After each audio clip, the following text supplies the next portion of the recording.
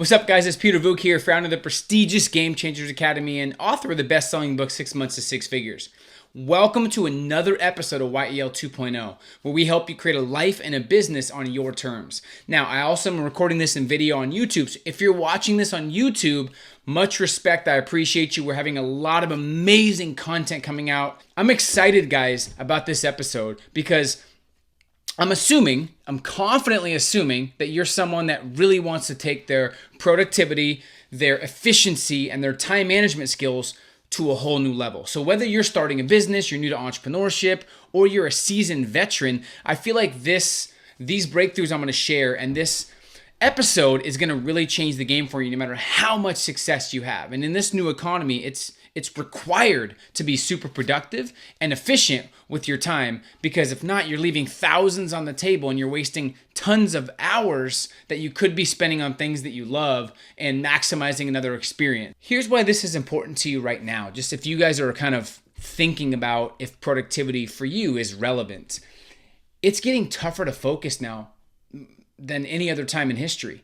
Constant interruptions, distractions, evolving technology, and there's so much information out there. And if you don't understand the importance of it, you're going to be a slave to your business. For me personally, I think there's only one real success, and that's to live life your own way on your terms, which don't happen unless you master time management and productivity. And the more time you have for the things you love and the things that keep you fascinated and engaged as well. So I want to let you know, I wasn't always good at productivity. I was actually horrible at time management. I was not just below average. I felt like I was one of the worst. I was at my max capacity. I thought it was how many hours I worked. I didn't realize it was what you put in the hours. I was working 40 hours getting no results. I was working 50 hours getting no results. I went up to 80 hours because society told me that the more I worked, the more results I got. That's not the case. I didn't want to work anymore, not because I couldn't, but because I didn't have any more time. So if you struggle with productivity, I know what it's like. I studied every book I could. I took seminars, courses, I hired mentors, and I failed till I finally figured out my system of how to be more productive. And then mixing that with the last 10 years of interviewing multimillionaires and being around high-level people and kind of seeing how they manage time, that's why I want to create this simple episode of this podcast and of this video. So I'm not sure if you can relate, but I felt like I was working all the time and I didn't feel my results improving. That's a big key. I felt like my business was running me versus me running my business. I felt like my to-do list was always growing. Like I would always add things. I wouldn't check them off. And if I did, I still had things at the end, and it was like never ending. I had so many ideas and I wasn't sure which ones to execute on and which ones were valuable, which weren't, and which ones yielded results. I was overloaded with information and it caused me to be overwhelmed and not take any action. And for me, when I started my business when I was 22, 23, I felt like I was letting my family down by not showing them real success and progress, and I almost gave up multiple times. And I felt like no matter what I was doing, I was just maintaining and not pushing my business forward. So I know exactly how you feel if you don't feel like you're on top of time management and productivity, okay? So the question is, what would it look like if you doubled your productivity? Like, what would it mean to your family and your business and your peace of mind and your results? It would be a huge deal. Think about if you were getting twice as much done in half the time. Here's a question. What if you only could work 15 hours a week, but you had to produce the same results? Think about that. That's a question. Like if you had a gun to your head, you have to work 10 hours a week and that's it. Could you do it? Think about it. But the question people ask me is, but how can I improve my productivity when I'm already working at max capacity? How can I take more time off for energy and creativity when I don't have any time to spare, right? Or how can I take time off if I have so many things to do? How do I deal with all these distractions that actually take my attention away from what matters? How do we systemize our productivity to get real results when I don't have systems in place? How do I figure out the highest value activities? Well, I want to share those. Those are some common questions. What is productivity? And I want to let you guys know there's thousands of definitions. There's no wrong or right. I'll share some of my favorites. But for me, a productive life is a life focused on and committed to producing and progressing towards your ideal vision. A life best lived is a life lived by design, like purposeful design. And who should design it? You. Most people let their parents, society, school systems, government, their insecurities design their future, not them, right? Here's another one. The use of your time, energy, intelligence, and resources in a manner calculated to move you measurably closer to your goals. And productivity is more than just getting results and getting things done. That's what you have to get in your head. It's more than just results, and it's more than getting things done. That's what I had to learn the hard way, right?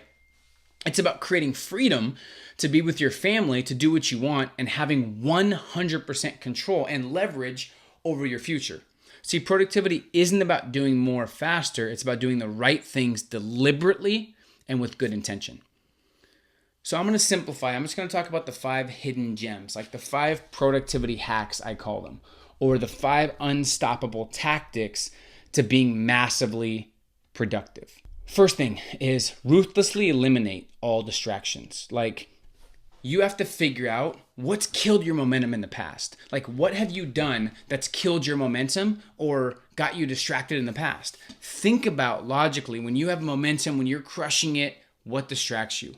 Or what thoughts come in your head? What past beliefs affect you? Or when you're starting to work, what are your most common distractions? Like, think about all the interruptions that happen to you. In order to stop your interruptions, you have to create a plan that interrupts them. So if you don't have a plan to interrupt your interruptions, your plans will always be interrupted. What I mean by that is think about your distractions and then get rid of them. So for me, one of them was notifications on my phone. It was like beeping all the time. And I turned off all notifications. Email was another one. I only check email twice a day now. I don't watch TV. Most TV is mindless and you're just watching other people become successful, right?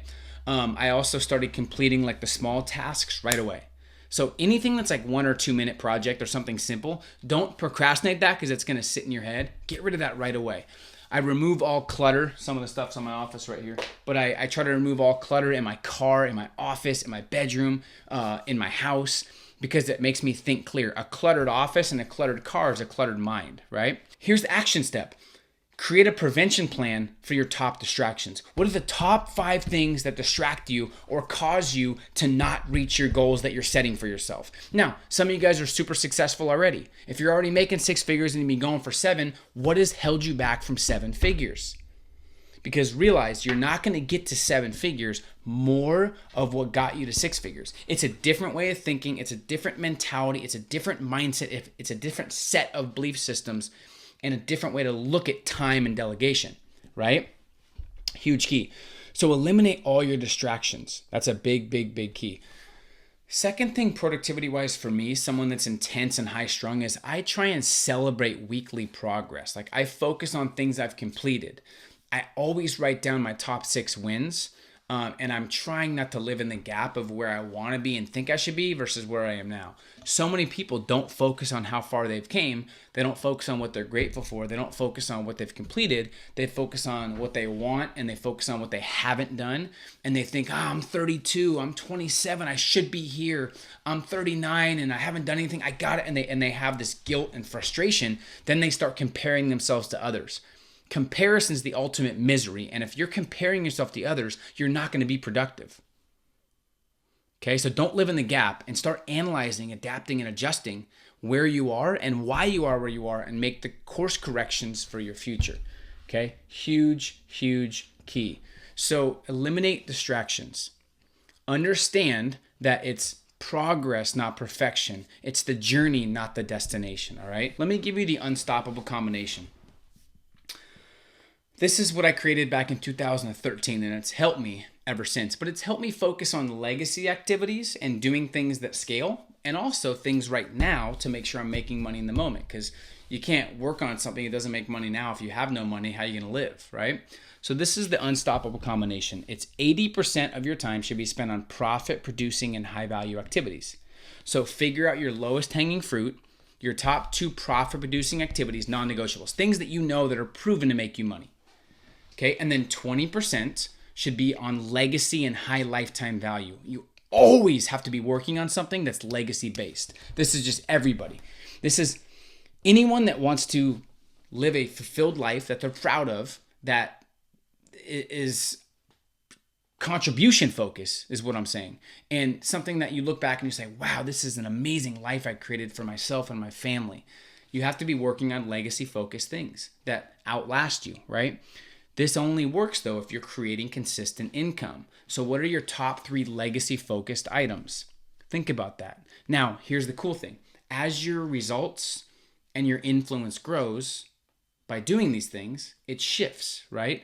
20% on profit producing activities and high value activities, and then 80% on legacy and high lifetime value. Right now, because I have so many systems in place, I don't work that much on strictly profit producing activities. I make no money for this video or for my podcast or for my book I'm creating or for my mixtapes. They make money, some of them make money later, but not right now. How can I afford to do that? Because I've focused so much time the last 10 years on profit producing activities and systems and processes. So most of the stuff I work on, I just love working on it. We're doing a day in the life series on YouTube. You guys can look them up. We've done day in the life LA Hollywood. We've done day in the life Scottsdale. We've done day in the life Tulum. And we're doing day in the life Vegas, day in the life Mykonos in Greece, day in the life Tokyo. So we have all these cool things coming out. Those cost a lot of money and they don't make me money.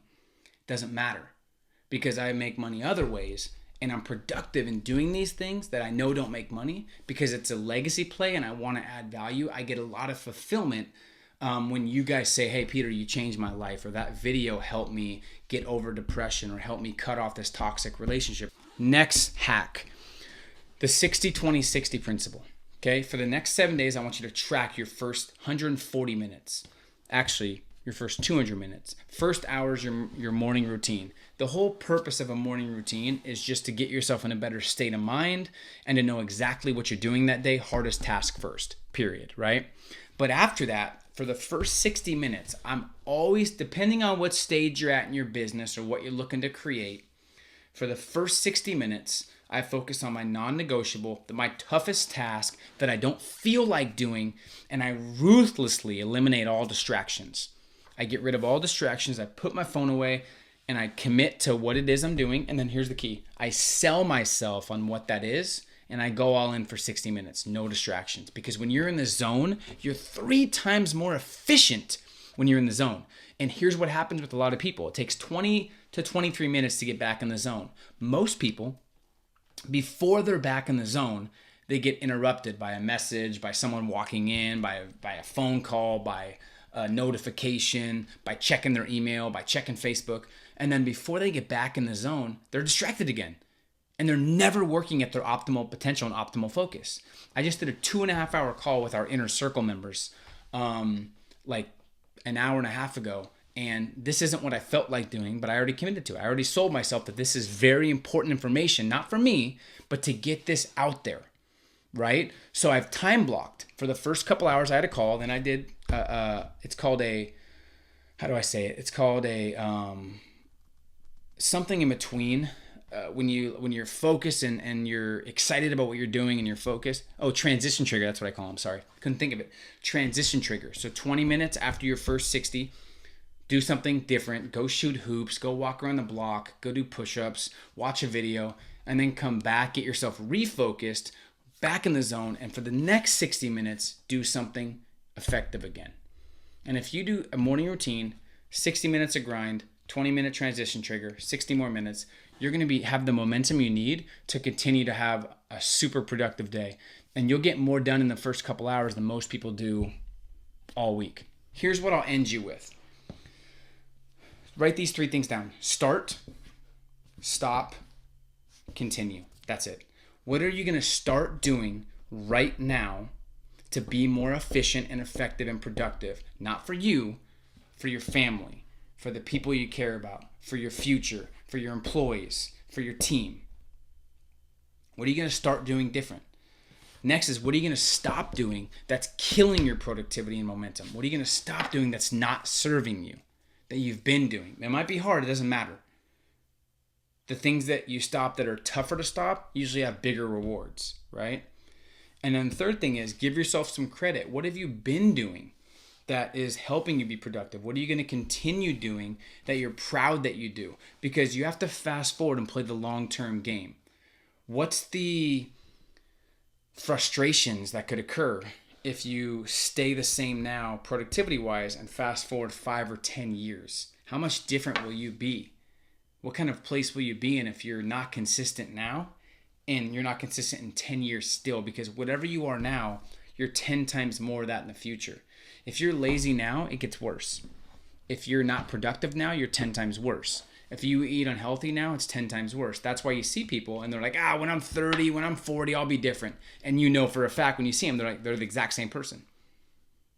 Right? So you got to be aware. The only thing that's going to change is what you put in your mind and who you're around. Sound good? So I appreciate you guys. Let me know below your biggest breakthrough productivity-wise. What are you going to do different from here on out? You can write down your start, stop, continue, get vulnerable, or share your biggest breakthrough. But once again, I appreciate you guys for subscribing to my YouTube channel, for checking out the podcast. We're going to continue adding value day in, day out. So thanks again. Let me know if you have any questions. I appreciate you guys, and we'll talk soon. See ya.